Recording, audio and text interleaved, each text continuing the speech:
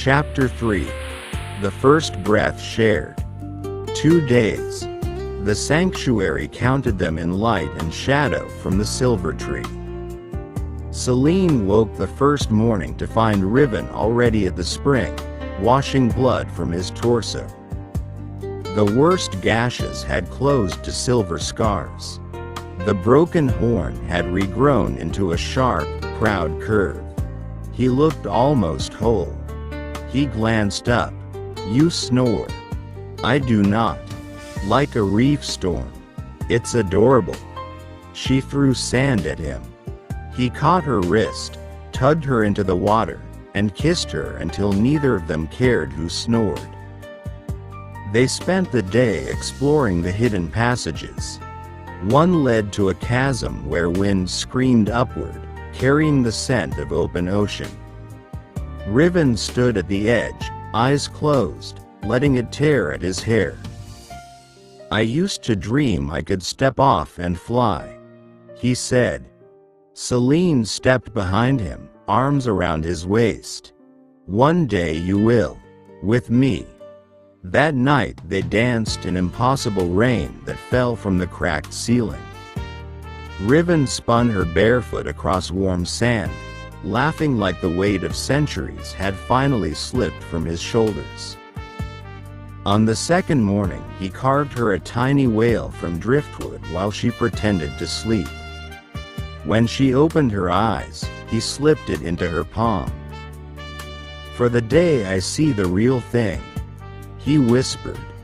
Selene closed her fist around it and kissed him until the tree's leaves glowed white. By dusk on the second day the sanctuary began to tremble. Not the gentle pulse of before, violent, deliberate blows that cracked stone and sent dust raining from the ceiling. Riven's face went grim. "It knows I'm healing. It's coming for us." Selene felt the new moon rise in her blood like a second heartbeat. "Then we don't wait," she said. She walked to the pool of liquid starlight and stepped in. Riven followed.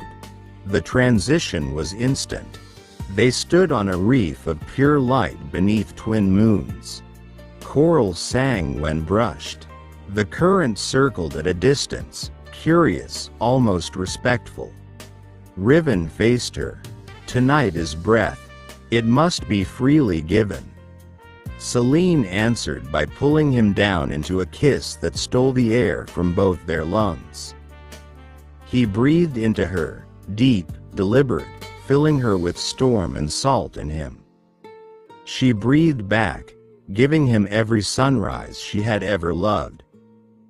Light exploded between them. When they pulled apart, gasping, a circle of black coral had grown around them. In its center floated a single pearl, pure glowing white. Riven caught it, trembling.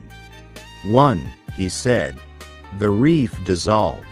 They were back in the sanctuary. But the walls were cracking faster now. Water wept in frantic streams. Riven swayed, blood loss from old memories. Selene dragged him to their bed of sand and kelp, forced water down his throat until color returned.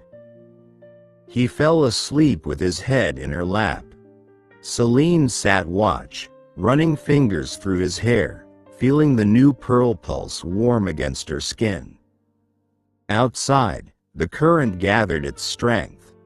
Tomorrow it would demand blood. And it would not ask politely.